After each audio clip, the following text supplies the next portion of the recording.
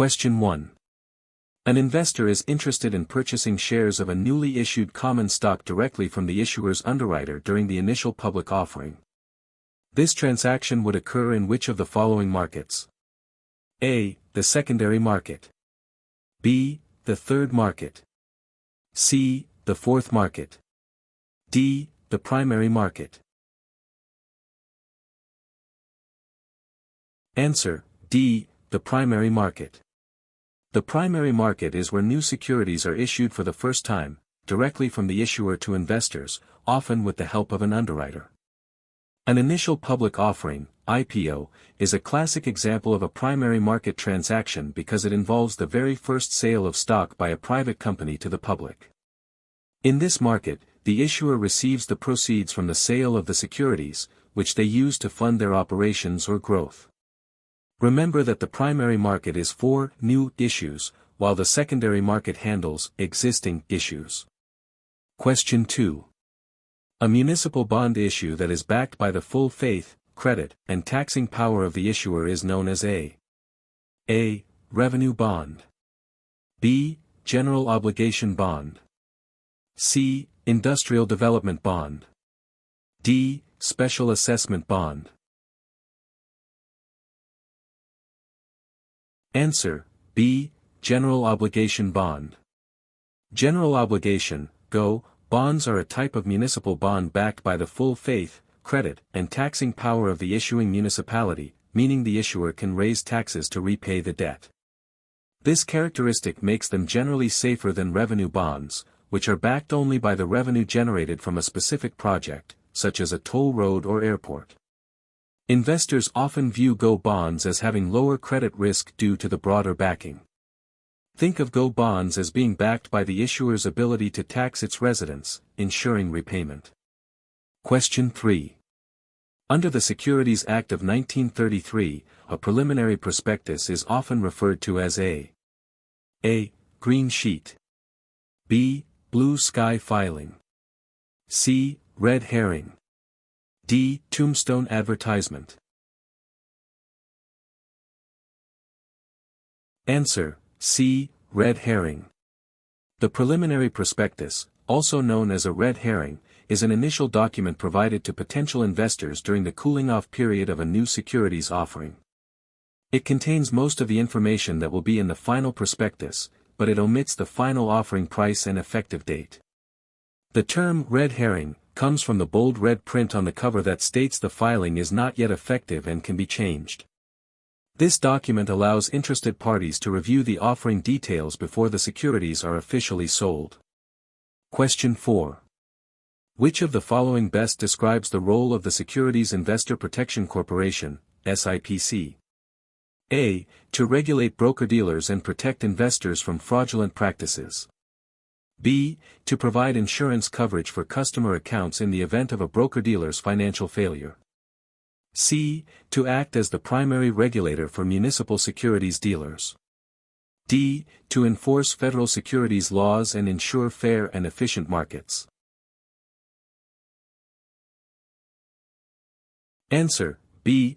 To provide insurance coverage for customer accounts in the event of a broker-dealer's financial failure. The Securities Investor Protection Corporation, SIPC, is a non-profit corporation that protects securities customers of its members up to $500,000, including $250,000 for cash, in the event that a broker-dealer goes bankrupt.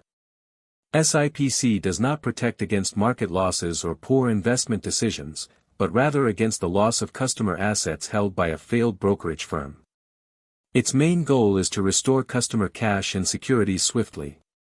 It's like FDIC insurance for banks, but for brokerage accounts. Question 5. Which of the following entities is primarily responsible for the regulation of the secondary market? A. The Federal Reserve Board. B. The Securities and Exchange Commission, SEC. C. The Municipal Securities Rulemaking Board, MSRB. D. The North American Securities Administrators Association, NASAA. Answer: B. The Securities and Exchange Commission, SEC. The Securities and Exchange Commission, SEC, is the primary federal regulatory agency responsible for overseeing the securities industry, including the secondary market, to protect investors and maintain fair, orderly, and efficient markets. While other entities like FINRA operate under the SEC's oversight, the SEC itself establishes and enforces the rules that govern the trading of existing securities. The SEC ensures transparency and fair dealing in transactions between investors. Question 6. A registered representative receives an order from a client to sell 100 shares of ABC stock at the current market price. This trade will typically settle in how many business days? A. T+1. B. T+2. C. T+3. D. T+5. Answer, B, T+2. For most common stock, corporate bonds, and municipal bonds, regular way settlement occurs on the second business day following the trade date, T+2. This means that ownership of the securities and payment of funds officially change hands 2 business days after the transaction is executed. Understanding settlement dates is crucial because it affects when funds are available or when securities are delivered.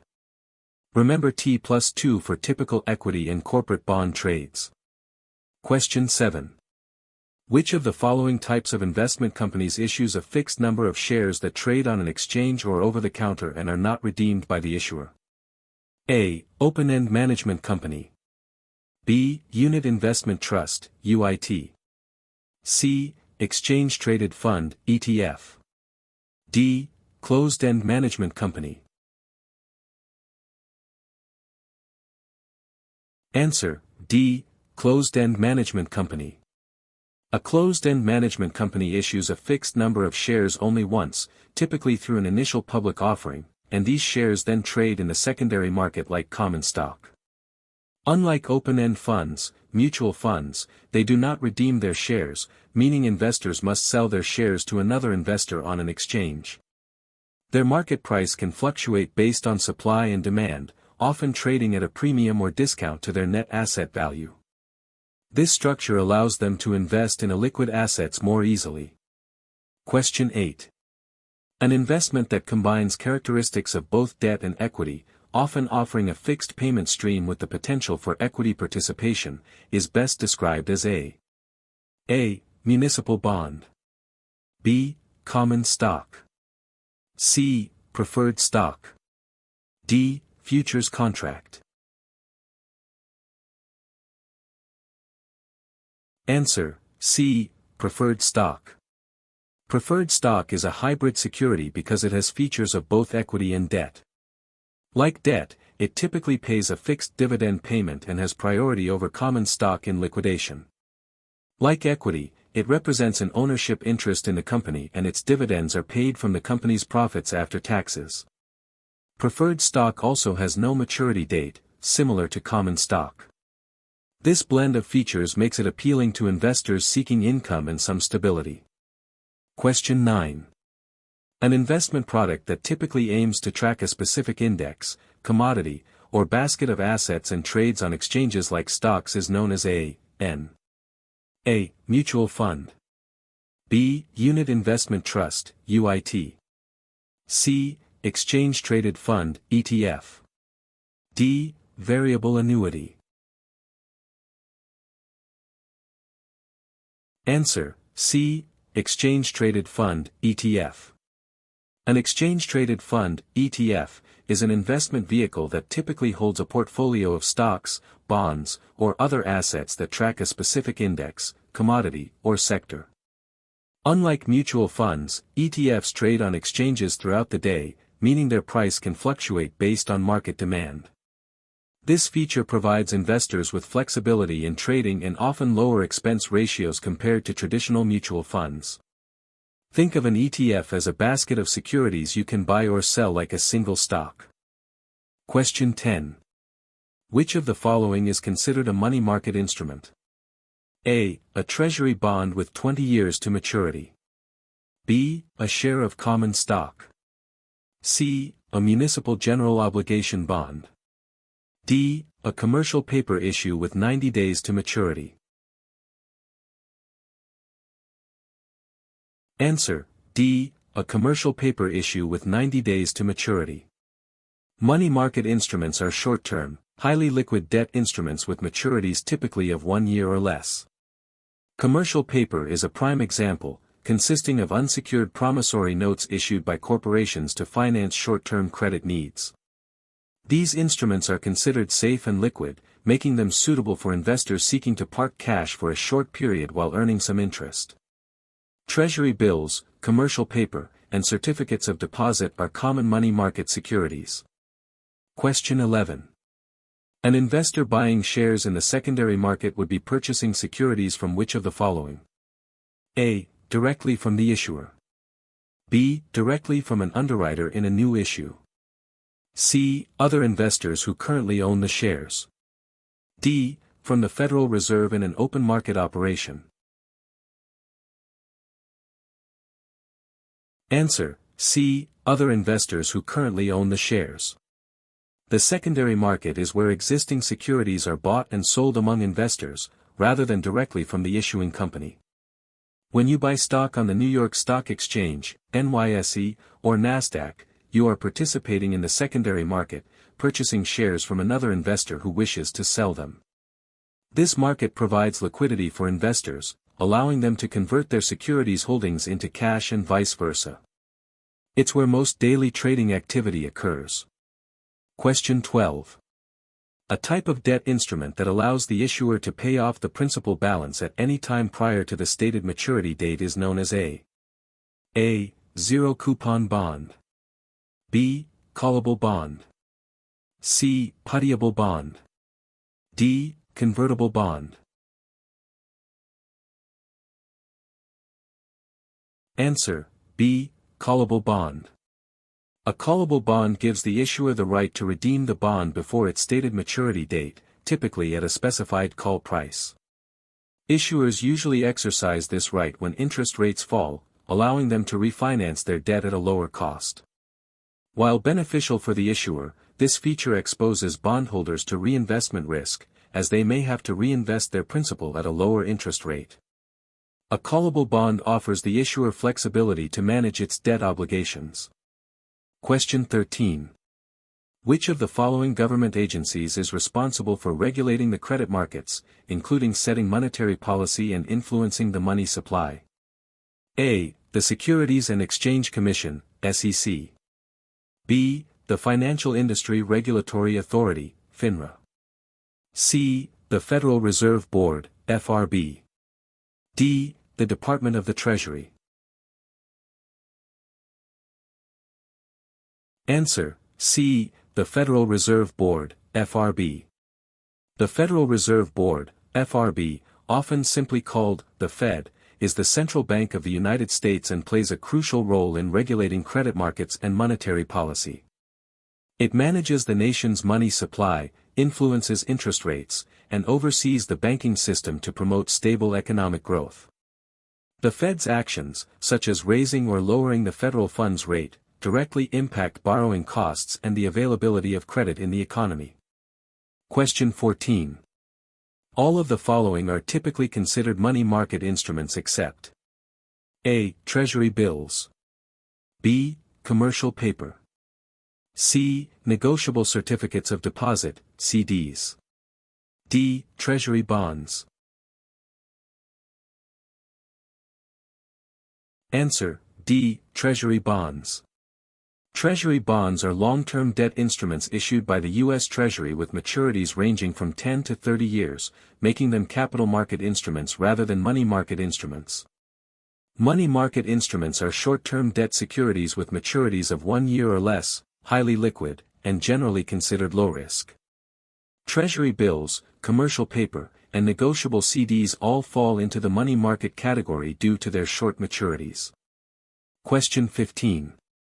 A direct participation program, DPP, is characterized by all of the following except A. Tax benefits flowing directly to the investors. B. Illiquidity of interests. C. Passive income or loss to investors. D. public trading of interests on an exchange. Answer: D. Public trading of interests on an exchange. Direct participation programs, DPPs, are investment vehicles that pass through income, losses, and tax credits directly to the investors, avoiding corporate taxation. Common examples include limited partnerships in real estate or oil and gas. A key characteristic of DPPs is their illiquidity. Interests are not freely transferable and typically do not trade on exchanges. They are designed for investors seeking specific tax benefits and who are comfortable with the long-term, illiquid nature of the investment. Question 16. What is the primary purpose of a prospectus, as required by the Securities Act of 1933? A. To provide a summary of the issuer's financial performance over the past 5 years. B. To solicit orders from investors for a new securities offering. C. To provide full and fair disclosure of all material information about a new securities offering. D. To guarantee the profitability of an investment to potential buyers. Answer: C. To provide full and fair disclosure of all material information about a new securities offering. The Securities Act of 1933, often called the Paper Act, mandates that issuers of new securities provide a prospectus to potential investors. The primary purpose of this document is to ensure full and fair disclosure of all material facts regarding the offering, allowing investors to make informed decisions. It details the company's financials, risks, use of proceeds, and management. This disclosure requirement protects investors by ensuring they receive comprehensive information before investing in new issues.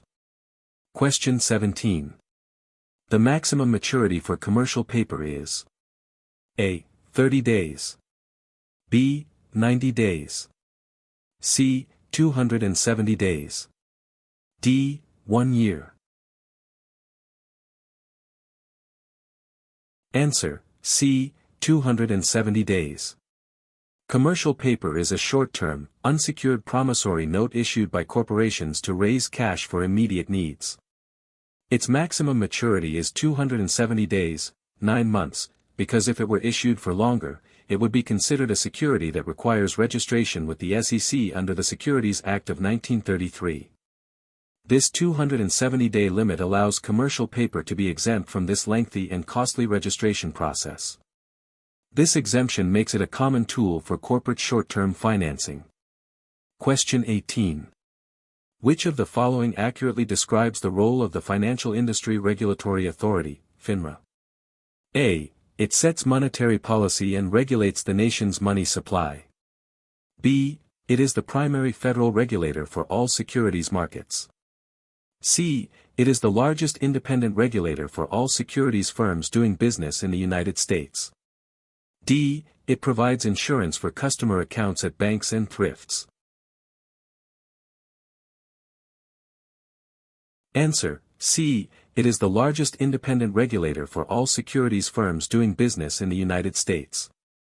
The Financial Industry Regulatory Authority, FINRA, is the largest independent regulator for all securities firms doing business in the United States. It operates under the oversight of the SEC, creating and enforcing rules for broker-dealers and registered representatives to protect investors and maintain market integrity. FINRA also administers licensing exams, handles disciplinary actions, and provides investor education. Think of FINRA as the police force of the brokerage industry. Question 19. An investor holding a mortgage-backed security, MBS, is most exposed to which of the following risks? A. Liquidity risk. B. Interest rate risk. C. Prepayment risk. D. Exchange rate risk. Answer: C. Prepayment risk. Prepayment risk is the primary concern for investors in mortgage-backed securities, MBS. This risk arises when interest rates fall, causing homeowners to refinance their mortgages, leading to the early repayment of the underlying loans within the MBS pool. When mortgages are paid off early, the investor receives their principal back sooner than expected, forcing them to reinvest the funds at lower prevailing interest rates. This reduces the overall yield and return on the investment. Question 20. Which market best describes a transaction where an institutional investor trades a large block of securities directly with another institutional investor without using a broker-dealer? A. Primary market. B. Secondary market. C. Third market. D. Fourth market. Answer: D. Fourth market. The fourth market is characterized by direct trades of securities between institutional investors, typically large block transactions, without the use of a broker-dealer. These transactions often occur through electronic communications networks, ECNs, or other private trading systems to reduce costs and maintain anonymity. Unlike the third market, which involves OTC trading of listed securities through broker-dealers, the fourth market completely bypasses traditional brokerage firms. It's about direct, unbrokered institutional trading. Question 21. An investor purchasing a municipal bond issued by a state in which they are a resident would generally expect the interest income to be: A. Subject to federal and state income tax. B. Exempt from federal income tax but subject to state income tax.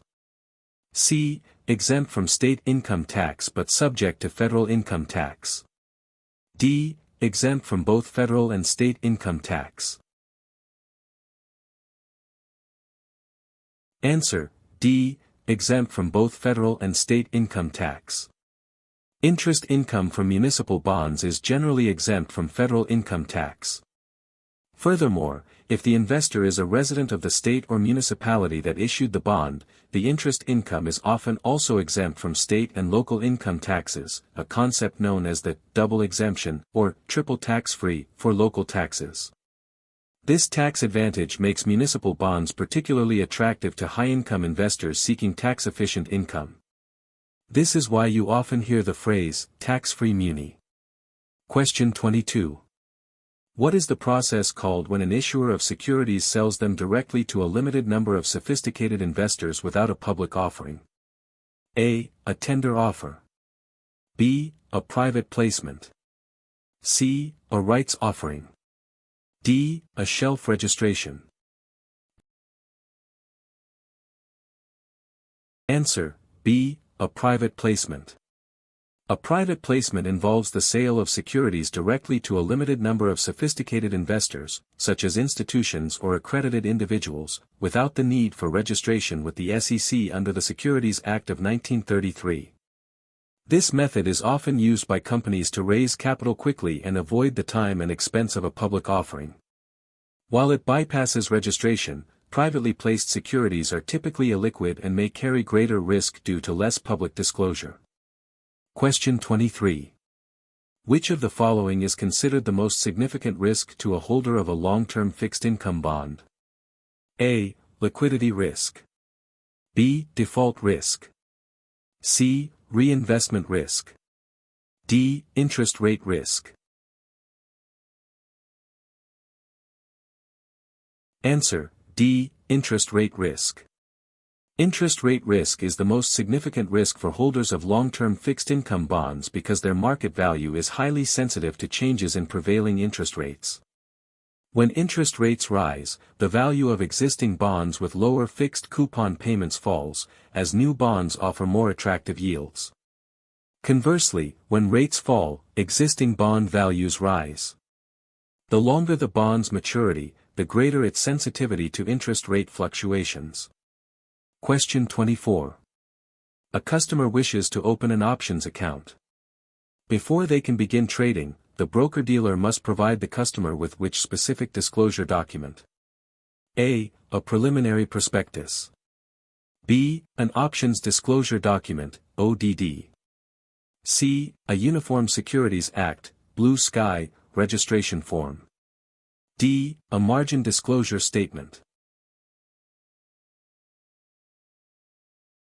Answer: B. An options disclosure document, ODD.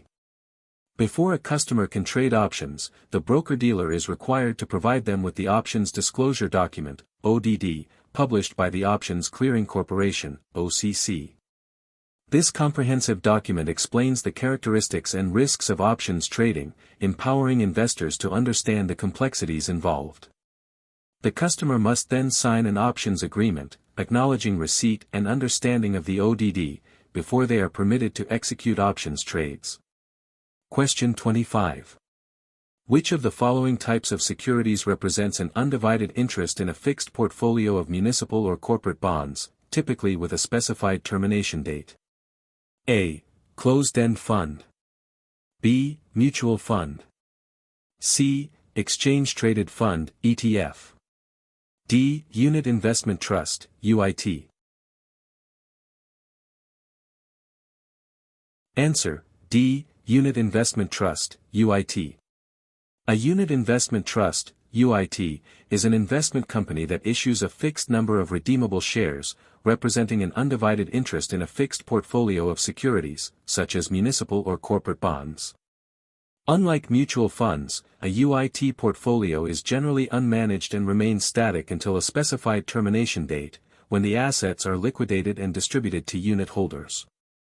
UITs offer diversification and professional selection but lack the active management of mutual funds.